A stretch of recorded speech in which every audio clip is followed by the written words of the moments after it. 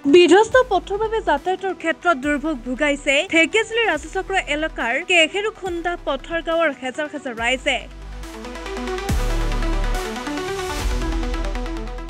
ইয়াকে লৈ আজি পুৱা 9:30 কেহেৰুখুন্দা পথৰ গাঁৱৰ স্থানীয় ৰাইজে ক্ষোভ প্ৰকাশ কৰে। শোণিতপুৰ জিলাৰ অন্তৰ্গত ঢেকীয়াজুলি ৰাজচক্ৰ এলেকাৰ কেহেৰুখুন্দা পথাৰ গাঁৱৰ ৰাইজৰ যাতায়াতৰ অতিকৈ গুৰুত্বপূৰ্ণ পথছোৱা বিগত বহু বছৰৰ পৰা বিধ্বস্ত হৈ আছে, যাৰ ফলত যাতায়াতৰ ক্ষেত্ৰত অঞ্চলটোৰ ৰাইজৰ লগতে স্কুল কলেজৰ ছাত্ৰ ছাত্ৰীসকলে ব্যাপক কষ্টৰ সন্মুখীন হৈছে। আনকি সময়ৰ জৰুৰীকালীন সেৱাৰ বাহনসমূহ উক্ত গাঁওখনলৈ যাব নোৱাৰা পৰিৱেশ সৃষ্টি হয়। এজাক সামান্য বৰষুণ হলেই গাঁওখনৰ পথত ঘণ্টাৰ পাছত ঘণ্টা আবদ্ধ হয় বাহন। সমান্তৰালভাৱে সমাগত বাৰিষাক লৈ এতিয়া চিন্তিত হৈ পৰিছে বৃহত্তৰ অঞ্চলটোৰ দুৰ্ভগীয়া ৰাইজ।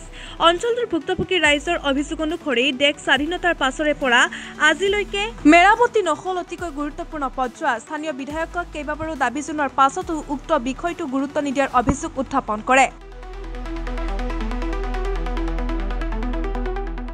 সেয়েহে আজি বিধ্বস্ত পথছোৱা নিৰ্মাণৰ দাবীত বোকাময় পথেৰে ক্ষোভিত হৈ পৰিছে স্থানীয় ৰাইজ। আনকি নৱনিৰ্বাচিত পঞ্চায়ত জনপ্ৰতিনিধিয়ে পথছোৱা নিৰ্মাণ কৰি দিয়াত দাবী জনাইছে ৰাইজে।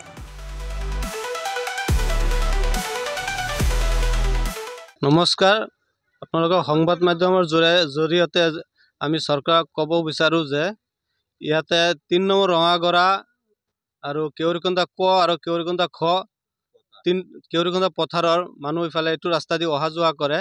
মোটামুটি প্ৰায় 3000 ঘৰৰ অধিক মানুহ ইয়াতে বসবাস কৰে, কিন্তু ডেইলি 2000-3000 মানুহ অহা যোৱা কৰাৰ এইটো ৰাস্তাটো ভাৰত স্বাধীন হোৱাৰ 76 বছৰ হৈ গ'ল, আজিলৈকে এইখন ৰাস্তা এতিয়ালৈকে হোৱা নাই। আপোনালোকে চাই আছে যে মোৰ পিছফালে ৰাস্তাখন এটা গাড়ীও অহা যোৱা কৰিব নোৱাৰে। এতিয়া আমি অশোক সিংহাল ডাঙৰীয়াক ক'ব বিচাৰোঁ যে আমাৰ ঢেকীয়াজুলিৰ বিধায়ক অশোক সিংহাল ডাঙৰীয়াক ক'ব বিচাৰোঁ, অনুৰোধ কৰোঁ যে আমাৰ এইখন ৰাস্তাটো অতি শীঘ্ৰে যাতে মেৰামতি কৰি দিয়াৰ ব্যৱস্থা কৰি দিয়ে, সেইটো কাৰণে মই অনুৰোধ জনাইছোঁ।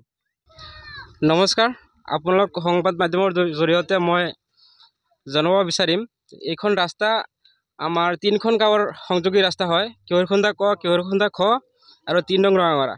এইখন ৰাস্তা দি সদায় 3,000 পৰা 4,000 মানুহ অহা যোৱা কৰে আৰু এইটো ৰাস্তা এই 3টা গাঁৱৰ কাৰণে বিৰাট ইম্পৰ্টেণ্ট ৰাস্তা।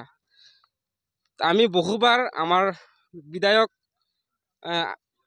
ভাৰত স্বাধীন হোৱাৰ পিছৰ পৰা যিমান চৰকাৰ আহিছে সব চৰকাৰৰ বিধায়কসকলক আমি অনুৰোধ কৰি আহিছোঁ যে এইখন ৰাস্তা আমাৰ লাগে, কিন্তু আজিলৈকে আমি বহুতবাৰ অনুৰোধ কৰাৰ পিছতো ৰাস্তাখন হোৱা নাই।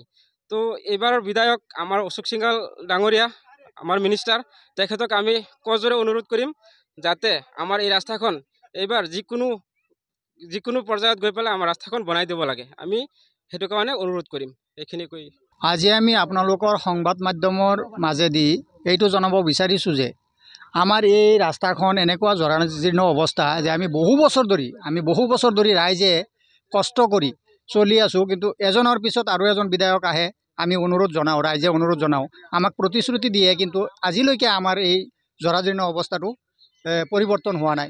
আমাৰ এইটো ৰাস্তা দি কমৰ পক্ষত 50-60 জন কলেজৰ ছাত্ৰ অহা যোৱা কৰে।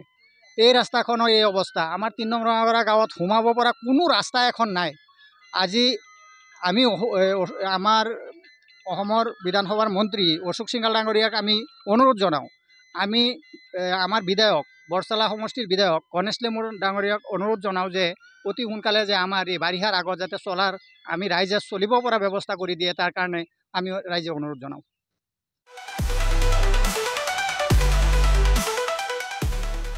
প্ৰশান্ত বৈশ্যৰ ৰিপৰ্ট, ৰিপাব্লিক নিউজ।